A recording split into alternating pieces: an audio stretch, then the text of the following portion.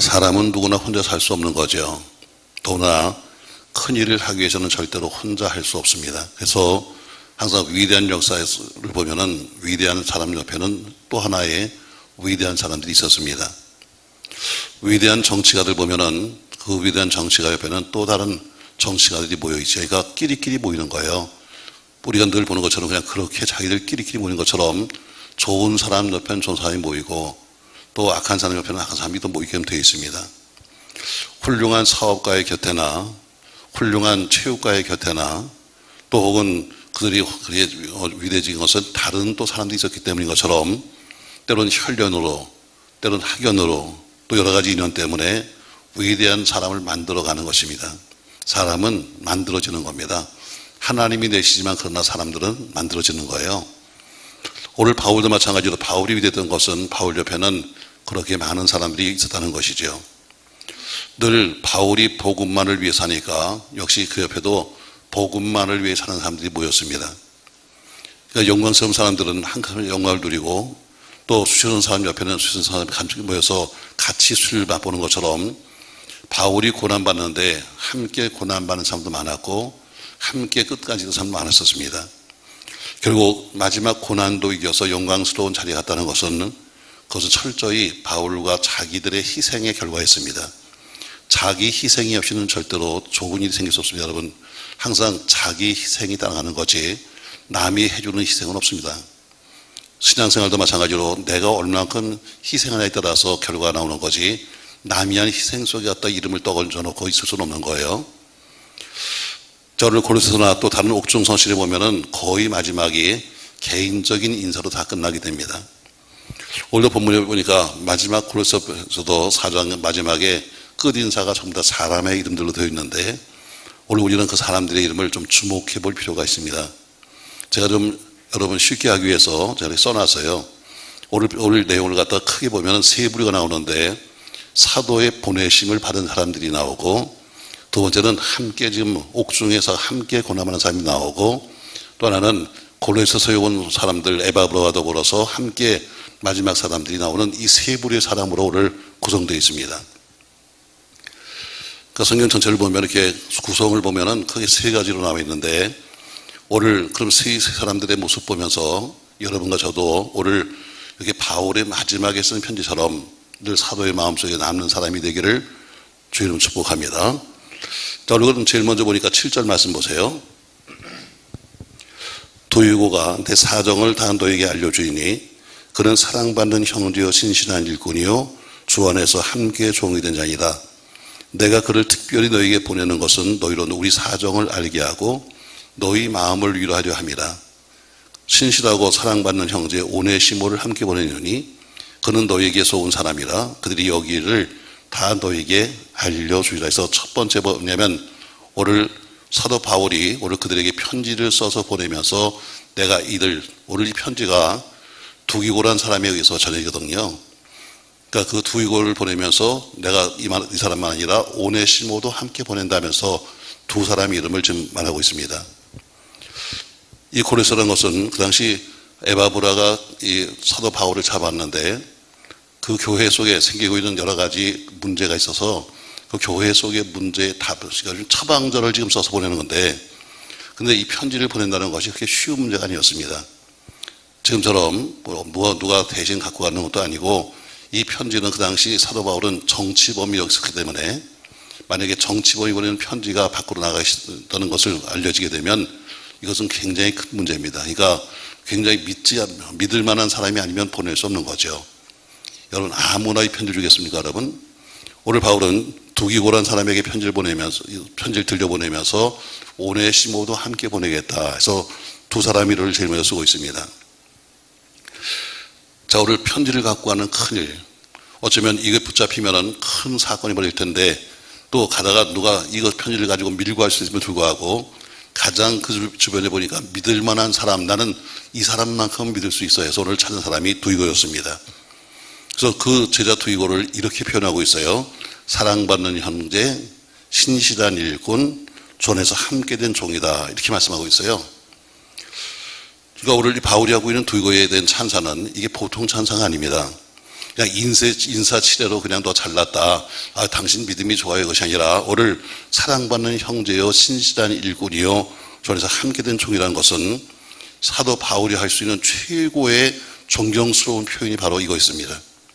오늘 이 편지를 줘서 보내면서 이 사람은 정말 믿을만하다.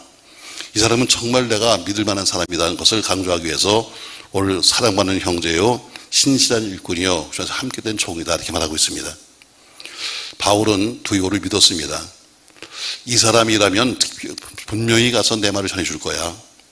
이 사람이라면 가서 자기 말 조금 더 보태지 아니하고 정말 꼭 필요한 말씀을 전해줄 거야 하면서 여기 형편을 본문에 나오잖아요. 여기 형편을 가서 우리 사정을 알게 하고 한 것처럼 이쪽에 감옥 속에 있는 우리의 형편과 로마 속에 있는 교회들의 형편과 그리고 골로새서에 보내는 편지의 내용을 정확히 가서 전했으면 것을 믿었던 것처럼 또 함께 보낸 오네시모도 어때요? 그가 신임했습니다. 오네시모는 공광처럼 이미 그 사람은 골로새 교인이었습니다. 과거 주인이었던 빌레몬에게서 큰 불의를 행하고 지금 잡혀온 중에 사도 바울을 감옥에서 만났습니다. 그러니까 소위 말하면 전과자예요.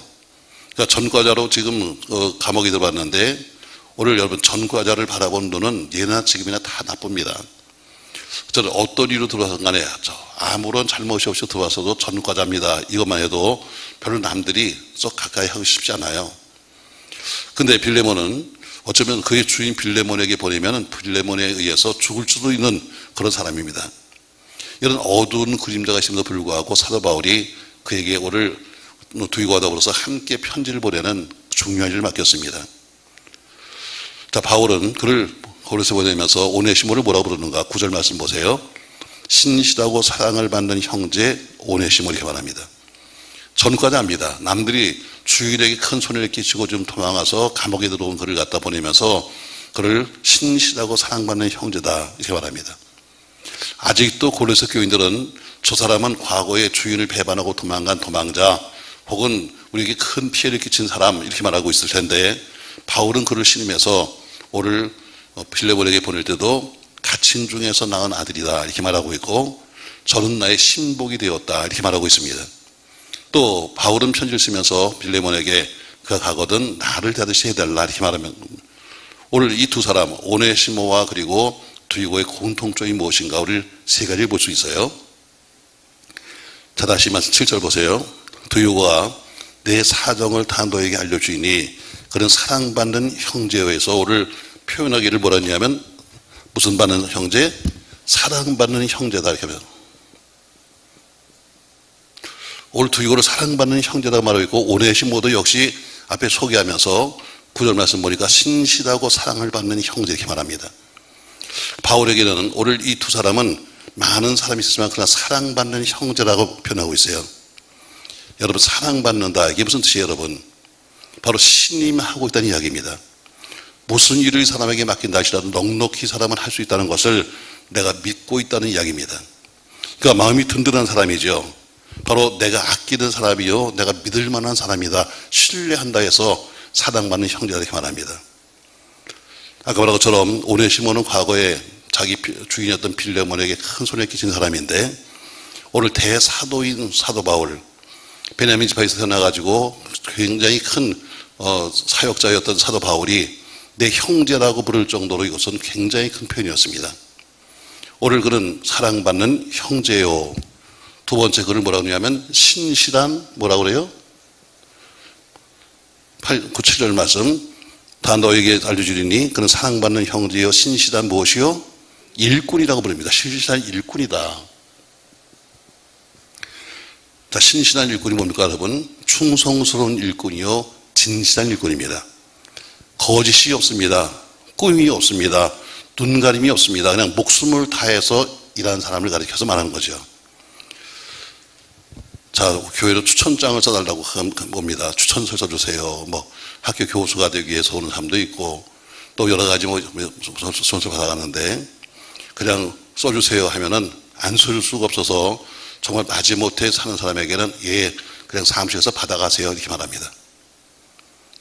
왜? 내가 써주기 싫으니까 내 손으로 써주기 싫으니까 어떻게 가서 사무실 가면 도장이 있으니까요 찍어가세요. 이것밖에 왜 내 손으로 쏠 수 없잖아요. 왜? 그 사람의 신앙을 뻔히 알고 그 사람이 가면은 그 사람 그 학교에 혹은 어디에 덕되지 않은 것을 알는데 여기서 써주긴 써줘야 되는데 어떻게 그냥 내가 쓰기 싫으니까 가서 받아가세요. 혹시 여러분이 와도 잘 보세요, 여러분. 우리 목사님이 가서 받아가세요 그렇게 말씀하는지, 정말 원하는 사람이라면 어때요? 정말 내가 하고 싶은 사람이면 가서 뒤에다가 내가 쓰면서 뭐라고 쓸 거예요. 이 사람은 이런 장점이 있습니다. 이 사람은 이렇게 쓰면 좋겠습니다 하면서 거기다 어때요? 더 추가해서 더 써주는 것처럼. 오늘 바울은 뭐예요? 그들은 친실한 일꾼이었다. 그냥 적당히 바라보는 것이 아니라 그 사람들은 맡기면 최선을 다해주는 사람. 또 바울은 그 빌레몬의 편지 속에서는 뭐라고 그래요? 오네시모를 이야기하면서 혹시 이 사람에게 무슨 일이 생기면 내가 책임지겠다, 내가 그 빚도 갚겠다 할 정도로 오늘 바울은 그렇게 신실한 일꾼으로 그들 본 거예요. 그냥 편지를 보내드릴 텐데 그냥 내가 여기 두기고와 오네시모에게 내 편지를 들려보냅니다. 요거 한마디면 되는데 거기다 굳이 또 쓰면서 이 사람은 신실한 일꾼이요, 이 사람은 주 안에 함께된 종이요 쓰는 것은 그만큼 믿을만 했기 때문에 거기다 더 붙여서 쓰는 겁니다. 혹시 어디 가서 남들이 여러분을 물어보거나 혹은 저를 물어볼 때 여러분이 대답할 때 어때요? 하고 싶지 않으면은 아유 그냥 그런 사람이 있어요, 그냥 이 정도지. 교회에 이런 사람이 있어요? 아 그런 사람이 있어요, 이 정도지. 입에 침이 마르게 여러분 그들 자랑하지 않을 겁니다.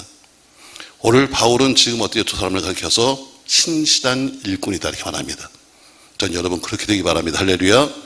그냥 목회자들이 입에 침이 나도록 이 사람은 정말 믿을만 합니다, 이 사람 정말 자기가 책임을 줄 수 이렇게 말할 수 있는 사람이 돼야 될 텐데 그게 안 되면 여러분 피차에 힘든 거죠. 안 쏠 수는 없으니까 써주긴 써줍니다.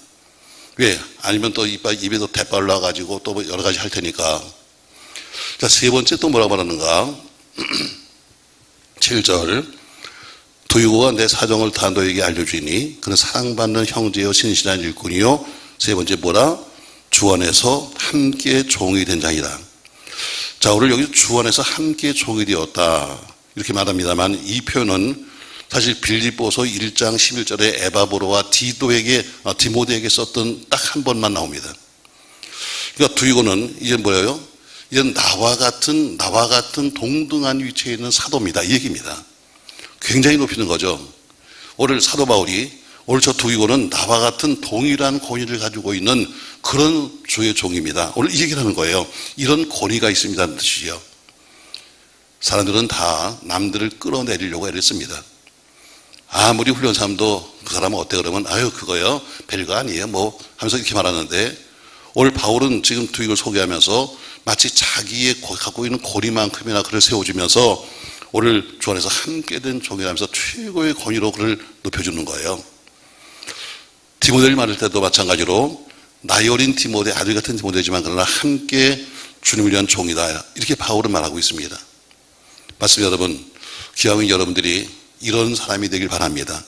바로 오늘 사랑받는 형제요 신실한 일꾼이요 주 안에서 함께 된 종이다. 오늘 이렇게 말한 것처럼 오늘 여러분이 교회 속에서 그런 사람이 되어야 합니다. 우리 목회자들이 무엇을 맡기든지 그냥 마음 놓고 맡길 수 있는 사람, 뭐 마음 놓고 그 일을 우리가 좀 부탁할 수 있는 사람, 그런 사람들은 그 인생이 행복한 사람입니다. 목회자들 마찬가지죠. 뭘 맡겨도 좀 마음 놓고 이것은 맡겨도 사람 할 수 있어 이렇게 돼야지, 일 하나 맡기고 그냥 또 확인해야 되고 몇 번씩이나 확인하면서 한다면 그건 피차에 불행한 겁니다. 왜? 가서 같이 일하자고 불러왔는데 일이 아니라 짐을 주듯이 가서 한다는 것은 본인도 힘들고 역시 시키는 사람도 힘든 겁니다. 현대 교회 비극이 뭡니까 여러분? 믿는 사람이 없는 게 아닙니다. 믿는 사람은 많은데 헌신된 일꾼, 일할 사람이 없는 것이 현대교회의 문제입니다. 믿는 사람은 많습니다. 여러분 세고 셌습니다. 근데 어때요? 정말 믿을 수 있는 사람이 적다는 거죠. 오늘 바울은 오늘 첫 번째 보니까 한 부류를 소개하면서 이 사람들은 보내심을 받은 사람, 이 사람들은 바로 내가 이 편지를 주어서 보낸 사람이라면서 두기고와 오네시모를 소개합니다. 사랑받는 형제요 신실한 일꾼이요 나와 함께 된 주의 종들이다 이렇게 소개하고 있습니다. 두 번째 보니까 10절 말씀 보니까 또 두 번째 부류를 말해요. 두 번째 10절. 같이 한번 읽겠습니다. 나와 함께 갇힌 아리스다고와 바나바의 생질 마가와 이 마가에 대한 너희가 명을 받았음에 그가 이르거든 영접하라. 자, 오늘 두 번째 보니까 아리스다고와 해서 나와 함께 갇힌 자, 다시 말해 지금 바울과 더불어 함께 지금 감옥 속에서 고난을 받고 있는 부류를 말하고 있는 겁니다. 이 사람들은 지금 사도 바울과 함께 지금 감옥에 있는 거예요. 그리고 아리스다고를 중심으로 해서 함께 사역하고 있는 몇몇 사람들을 쓰고 있는데, 오늘 그들은 어때요? 그들이 바울과 더불어 함께 지금 감옥 속에 있으면서 함께 고난도 함께 받는 사람입니다. 자, 아리스다고는 누구냐? 데살로니가를 사람인데 사도 바울과 함께 전도행에 참여했습니다. 에베소에서 사도 바울과 함께 다니다가 성난 군중들에게 체포되어서 큰 화를 당하기도 했었습니다. 예루살렘으로 들어가는 사도 바울과 더불어 함께 전도에서 있었고, 사도행전 27장에 보니까 사도 바울이 죄수의 몸이 되어서 배를 타고 갈 때도 역시 함께 배를 탔던 사람입니다. 근데 오늘 그 사람이 어때요? 오늘 그 사도 바울과 더불어 함께 감옥에 있습니다. 함께 복음을 위해서 수고했고 함께 고난을 받고 있다가 함께 로마까지 와서도 함께 감옥에 들이는 사람, 여러분 얼마나 가깝겠어요? 처음에 전도여행을 떠날 때부터 함께 있었는데 가서 수없이 많은 고난도 함께 받았고 배가 파손되어서 지금 깨질 만한 그때도 함께 있었으며 지금 로마의 감옥까지도 함께 있었다면 이 사람 사이가 얼마나 가까웠겠는가. 아마 아리스다고는 사도 바울의 눈빛만 봐도 우리 목사님이 지금 뭘 원하는구나 알았을 것 같아요. 또 바울은 아리스다고의 얼굴만 봐도 아리스다고가 무슨 일이 있구나 하는 것을 아마 알 것 같습니다. 그러니까 사도 바울을 만난 이후로 한 번도 바울을 떠난 적이 없는 동력자요, 곧 사도 바울의 분신 같은 사람이 아리스다고였습니다. 여러분은 고난도 함께 받고 영광도 함께 받는 게 동지입니다. 아멘. 고난은 너 혼자 받아라 하고 좋을 때만 나타나는 것이 동지가 아니라 동지는 좋은 것도 나쁜 것도 함께 하는 겁니다. 그러니까 오늘 아리스다고는 철저하게 사도 바울과 전도여행을 시작할 때부터 시작해서 수없이 오는 풍랑과 환란을 같이 겪으면서 감옥까지도 함께 와 있는 바로 믿음의 동지였다는 것입니다. 어쩌면 사도 바울의 분신 같은 사람이죠. 항상 사도 바울이 가는 곳에는 항상 그가 있었으니까 바로 그것이 아리스다고입니다. 마가는 여러분이 잘 아는 것처럼 그는 예루살렘의 경건한 유대인이요, 그 어머니가 초대교회의 큰 공로자였습니다. 그래서 제자들에게 마가의 다락방 기도실을 정했던 사람이죠. 바울과 바나바가 안디옥 교회에서 모은 부조를 가지고 예루살렘에 왔을 때 삼촌 바나바를 따라서 안디옥에 오게 되고, 그 후에 1차 전도여행, 바울과 바나바로서 1차 전도여행을 떠나게 됩니다. 근데 사도행전 13장에서 무슨 일이 생겼는지 바울이 중간에서 탈락해서 돌아가고 맙니다. 이게 굉장히 큰 전도여행의 큰 문제가 되었어요. 왜 지금 전부 다 전도여행이 된 것이 다 사람을 맞추어서 하잖아요. 교회도 마찬가지입니다. 교회도 다 교역자면 교역자 다 사람을 맞추지 남는 이익연을 두지 않습니다. 왜? 한 사람이 더 있게 되면 그 비용이 얼마나 많아요. 그러니까 거기도 마찬가지로 다 인원수를 맞춰갔는데 갑자기 중간에 마가 없어져 버린 거예요. 그것 때문에 전도여행에 하다가 굉장히 큰 어려움을 당합니다. 그래서 바울이 마가를 좋게 생각했어요. 2차 전도여행을 떠날 때 이것 때문에 큰 분쟁이 벌어집니다.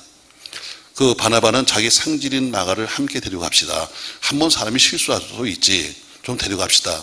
바울은 안 돼. 그래서 결국에는 바울과 바나바가 심한 분쟁을 하고 언쟁을 한 다음에 갈라져서 둘이 따로따로 전도여행을 떠나기 시작합니다.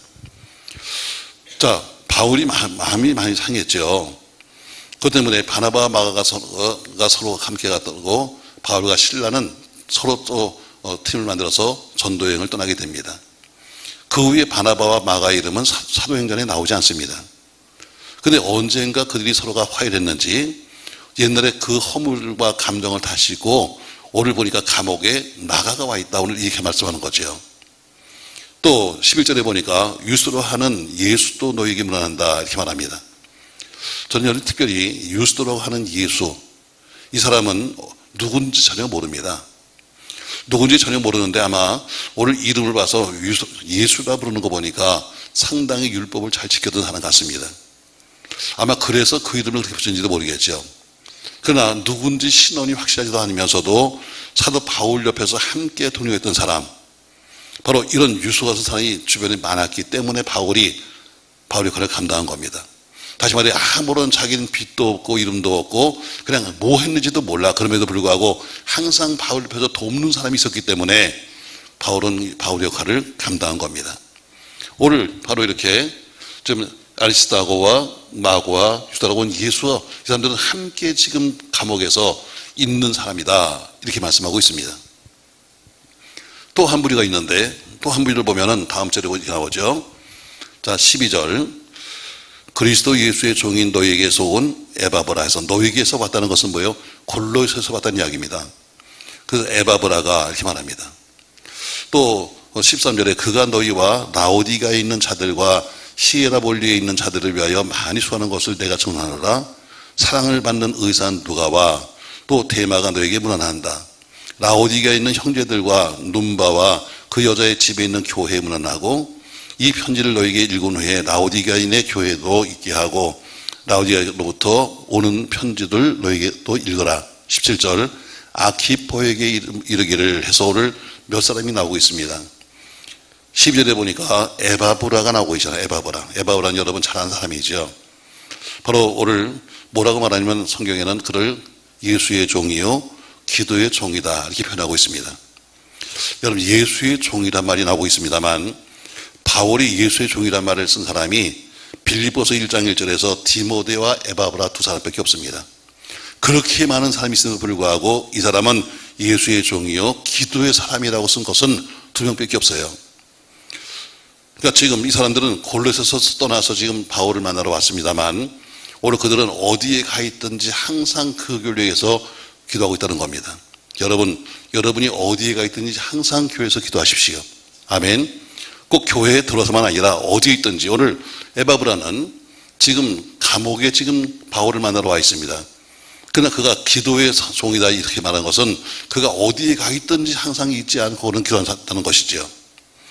골로새를 떠나와서 지금 교회를 떠나왔지만 그러나 그는 항상 쉬지 않고 기도했던 것처럼 이 얘기는 골로새 1장 7절에 보니까 골로새 교회는 에바브라가 개척했고 잘 성도를 양육한 것으로 나오고 있습니다.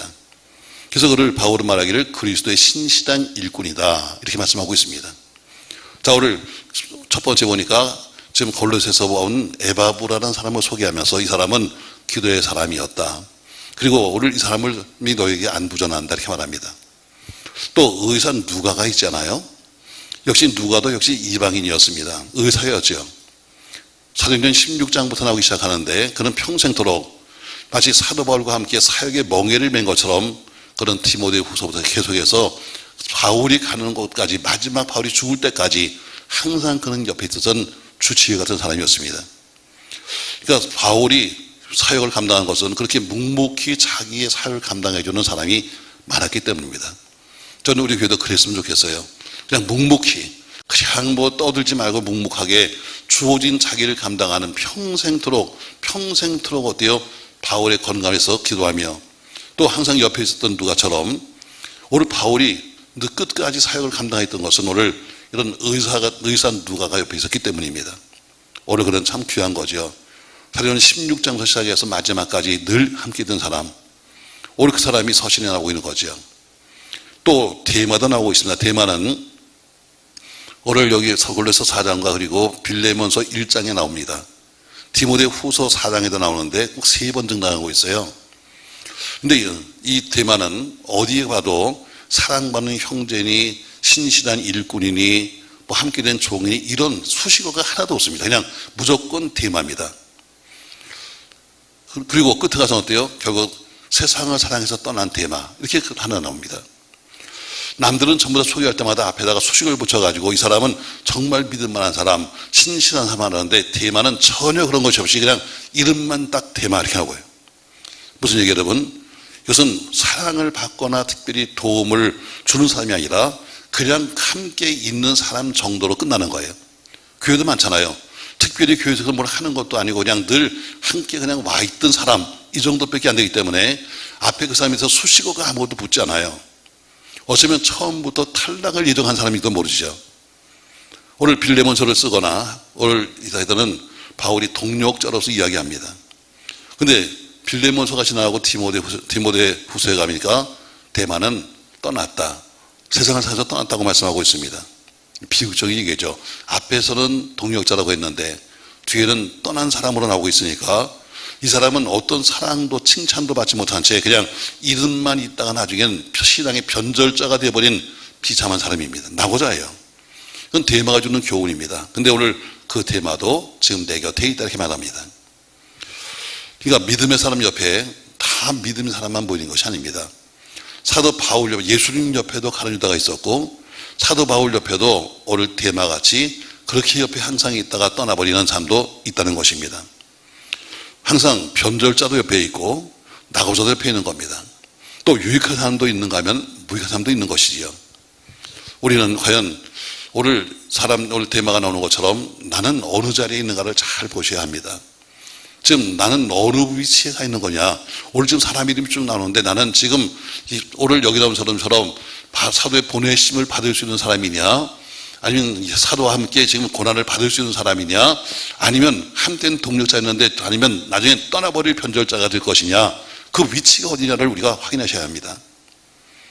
자, 마지막에 보니까 바울로부터 부탁받는 삶이 나옵니다. 자, 오늘 이런 말씀이 나오죠.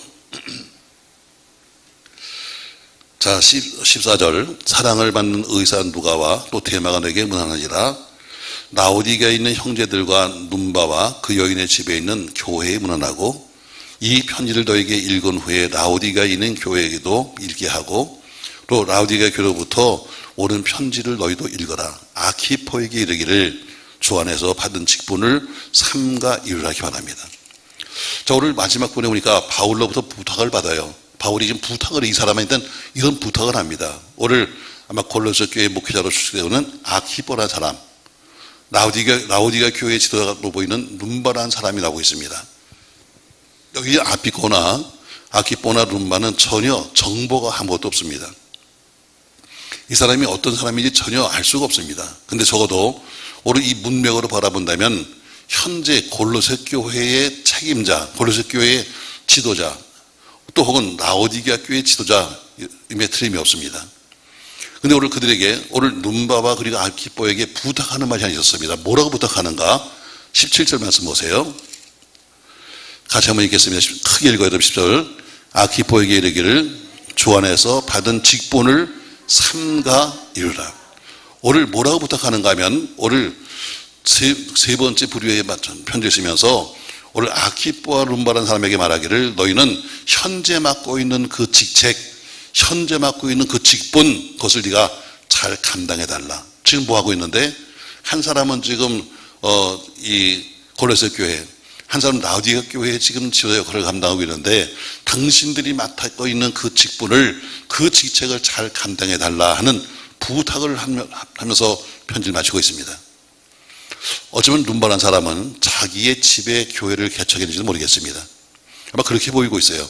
자기네 집에 교회를 개척한 것이 아니겠느냐. 또 어쨌든 별로 그 사람의 행적이나 그 사람이 한 일이 나타나지 않지만 그러나 문맥으로 본다면 두 교회에 없어서는 안 될 아주 중요한 사람들임에 틀림이 없습니다. 여러분, 교회가 하나 쓰는 것은 이렇게 말합니다. 하나님이 하셨습니다. 이렇게 말합니다. 맞죠, 여러분? 맞는 얘기입니다. 그러나 하나님이 하시지만 그러나 누굴 통해서 하냐면 사람을 통해서 일하십니다. 사람이 없이 하나님이 그냥 갔다가 천사를 통해서 하는 것이 아니라 사람을 통해서 하시는 겁니다. 여러분, 가정이 하나 설려면 그냥 쓰지 않습니다. 여러분, 가정 속에 어머니나 아버지나 누군가 희생자가 생겨야지 가정이 세워지는 것처럼 교회도 하나님이 보호하시고 하나님이 인도하십니다만 그러나 거기도 어때요? 철저히 누군가 교회에 보이지 않는 사람들의 손길, 보이는 사람들의 수고와 헌신과 눈물과 땀, 바로 그것이 교회 속에 있어야만 쓰는 겁니다. 내가 지도자입니다 하고 설치는 사람들, 내가 나 같은 사람이 교회 속에 있어야 되는 거 아닙니까 하는 사람들, 그런 사람들보다는 뒷바라지 해주는 사람들이 더 필요합니다. 앞에 서는 사람보다는 뒤에서 보이지 않게 일하는 오늘 이 사람들 보세요. 아키포, 눈바 추측하기는 아마 눈바 같은 사람은 자기가 집을 털어가지고 자기 집에 교회 세우지 않았겠나 이렇게 보면서도 전혀 그 사람의 행적이 나타나지 않은 것은 그게 늘 자기는 뒤에서 남들을 돌봐주고 남들 세워주는 역할을 했지 나서지 않다는 것입니다. 이렇게 교회는 남모르게 수고하는 일꾼이 필요합니다. 전 여러분 그런 일꾼이 좀 되어주십시오. 저보다 다 앞에 서서 나는 뭘 해야 된다, 왜 나는 뭘 안 시켜야 말하지 말고 좀 아무도 알아주지 않는다 할지라도 내게 주어진 한 부분을 감당할 수 있는 아키포나 그리고 어때요? 룸바 같은 사람. 그래서 편지 쓰기를 맨 마지막에 했대요. 자기의 자리 잘 지켜줘. 당신의 직책 잘 지켜줘 하면서 마지막 편지의 마지막 부분에서 이야기하는 겁니다. 전 여러분 얼마나 많은 사람들의 이름이, 자 우리 여러분 연극이나 영화를 보세요. 항상 보면 항상 우리는 주인공 누구 하면서 그 사람을 좋아하지만 항상 보면 어때요? 뒤에 스태프들의 이름이 나오는데 누군지도 모르는 사람들 이름이 하다못해 수십 명 다 나옵니다. 그 사람 중에 한 명이도 없으면 그 영화 못 만드는 거예요. 그 사람 중에 한 사람이도 안 되면 그 연극이 안 되는 겁니다. 우린 눈에 보이는 앞에 있는 사람만 보이지만 그러나 뒤에 보이지 않는 그 사람들의 손길이 없이는 안 되는 것처럼 교회도 마찬가지로 앞에 서 있는 목사나 장로님, 권사님만 아니라 보이지 않는 여러분의 손길이 없이는 하나님의 교회는 전혀 설 수 없는 겁니다. 아멘. 오늘 그들에게 부탁하는 겁니다. 당신들은 자기의 자리를 지켜주십시오. 이게 오늘 바울이 보내는 편지의 마지막 부분입니다. 자, 한번 여러분 지금까지 했던 말씀을 정리해 봅시다. 여러분 오늘 지금 바울은 편지를 쓰면서 마지막 부분에서 크게 세 부류를 말하고, 첫 번째는 사도의 보내심을 받아서 편지를 갖고 가 있는 두이고와 오네시모, 사랑받는 형제여 신실한 일꾼이요 그리고 나와 똑같은 주의 종들이다. 오늘 이렇게 말합니다. 또 두 번째, 지금 감옥 속에서 지금 나와 함께 고난받고 있는 사람들, 아리스다고와 마가와 유스라고 하는 예수, 이 사람들은 나와 함께 지금 감옥 속에 있다. 이렇게 말합니다. 또 세 번째, 오늘 골로새로 온 사람들, 에바브라는 골로새로 온 사람이거든요. 와서 바울에게 지금 교회 형편을 이야기하고 지금 편지를 쓰게 된 동기를 만든 사람이 에바브라인데, 그 사람들 에바보라, 누가, 데마, 그리고 마지막엔 아키포와 눈바에게 쓰면서 너희는 직책을 잘 지켜줘, 이렇게 말하고 있습니다. 오늘 여기 지금 써있는 사람의 공통점, 그들이 보내신을 받았든 아니면 고난을 받았든 아니면 지금 골로새에서 온 사람이든 간에 공통점이 있습니다. 자, 그것이 여러분 과연 뭘까? 이게 제일 중요한 거예요. 오늘 이 사람들의 공통점이 있는데 바로 사도가 관심을 가지고 있다는 거예요.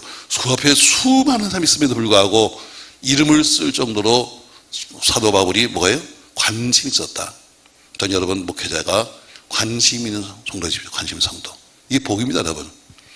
그렇게 많은 사람이 있음에도 불구하고 관심이 있었다.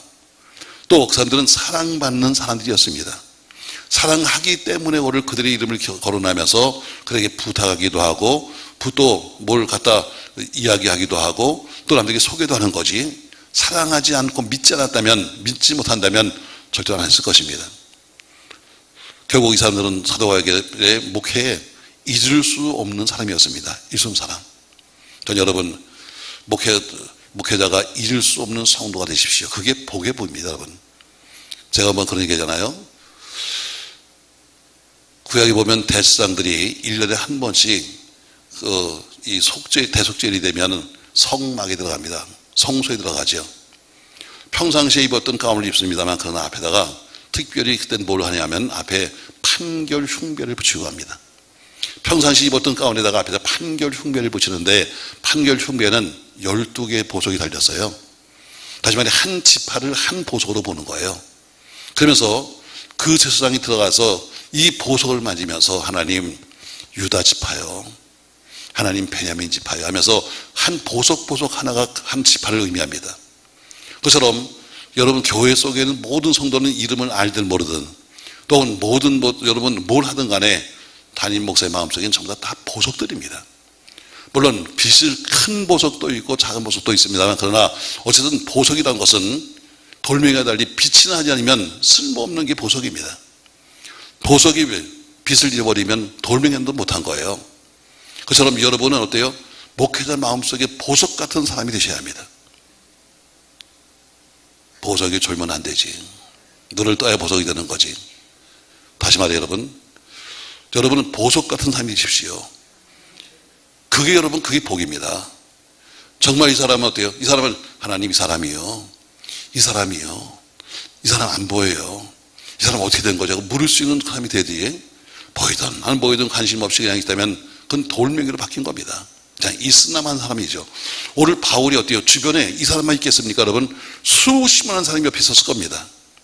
와서 수시로 면회 온 사람도 있었을 것이고 많은 사람이 있을 텐데, 오늘 이들이 필요한 것은 이들은 모두가 바울의 마음속에 보석같이 빛나는 사람들이었기 때문에 쓰는 거예요. 제가 혹시 여러분 어디 먼 곳에 가서 여러분에게 편지를 보낸다면 여러분 그 편지에 여러분 꼭 여러분의 이름도 있기 바랍니다.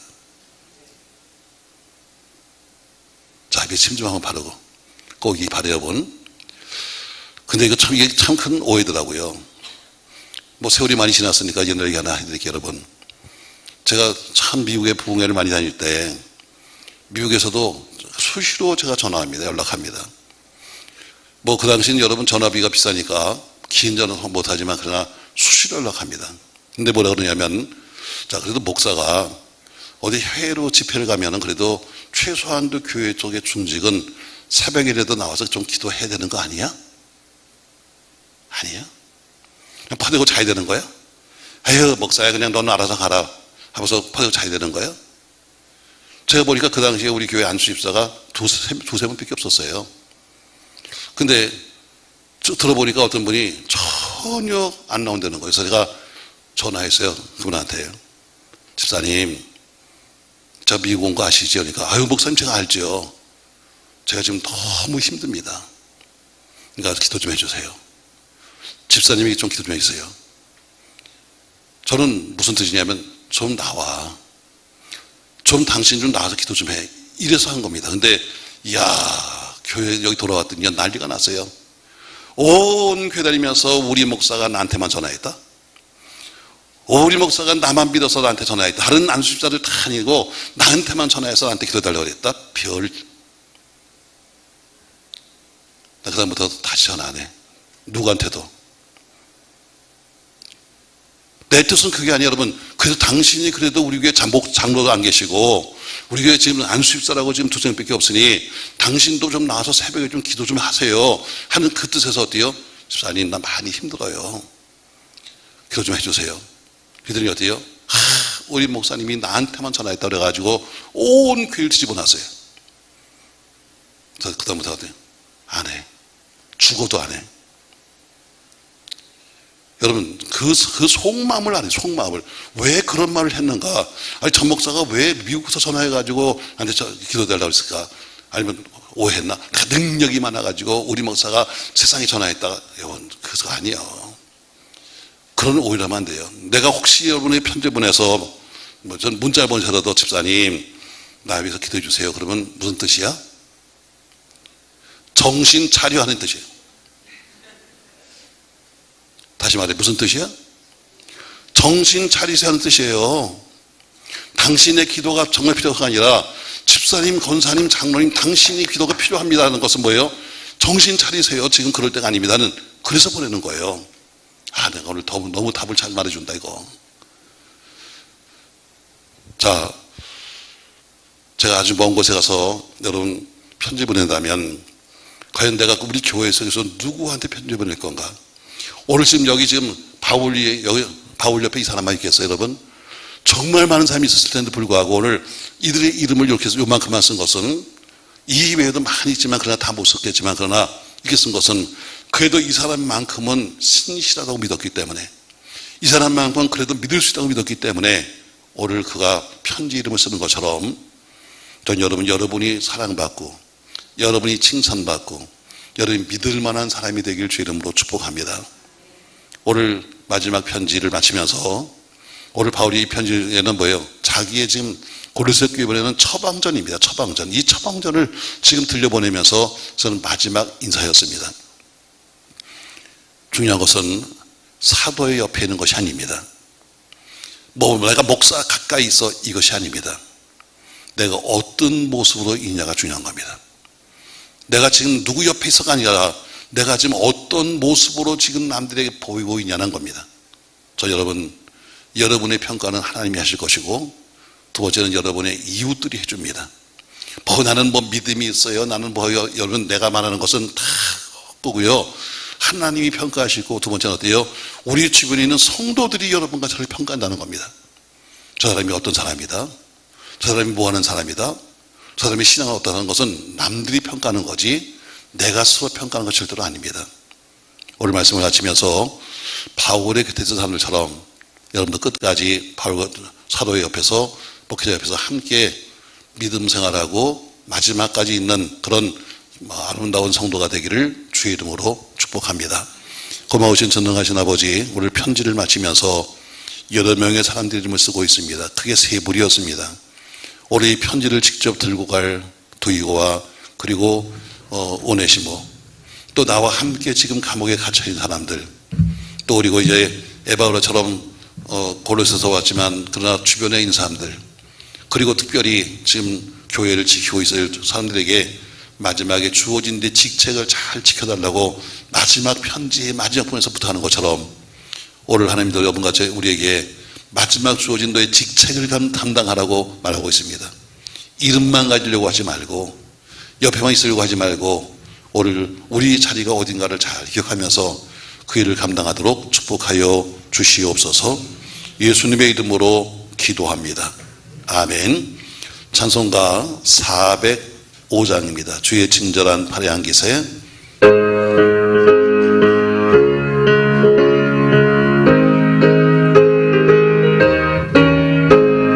주의 친절한 팔의 안기세, 우리만이 평안하리니 항상 기쁘고 복이 되는데 영원하신 팔의 안기세. 주의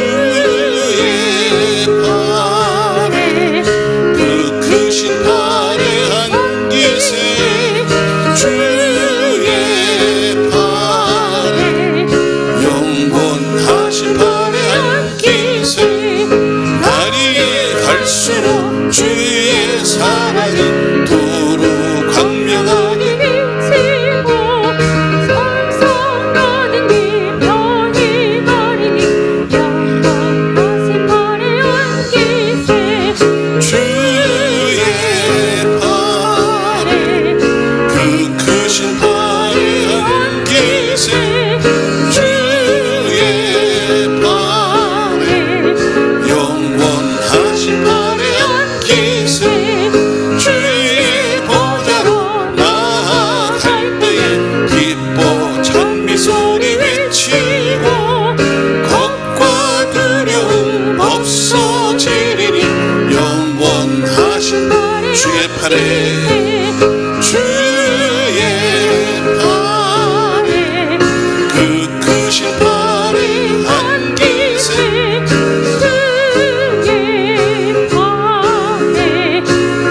주의 팔에, 주의 팔의 안기세, 주의 팔에 그 크신 팔의 안기세, 주의 팔에 영원하신 팔의 안기세.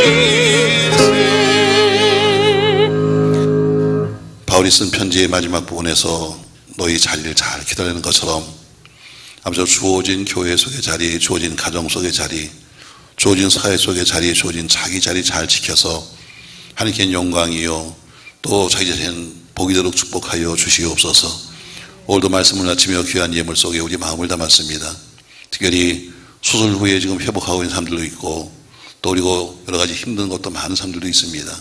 우리 아버지께서 모든 것은 완벽하게 치유시키시고 고쳐주시고, 또 나을 수 없는 병도 낫게 하여 주셔서 은혜 가운데 하나님이 살리셨다고 하는 귀한 간증이 꼭 있도록 축복하시며, 깨끗함을 받았다고 하는 귀한 간증이 있도록 역사하여 주시옵소서. 이제 곧 시험을 앞두고 있는 그 자녀를 위해서 오늘 또 기도하는 사람들이 있습니다. 우리 아버지께서 함께 하심으로 좋은 결실을 얻어서 새롭게 다시 한번 도전할 수 있도록 축복하여 주시옵소서. 다 같이 주기도문하겠습니다.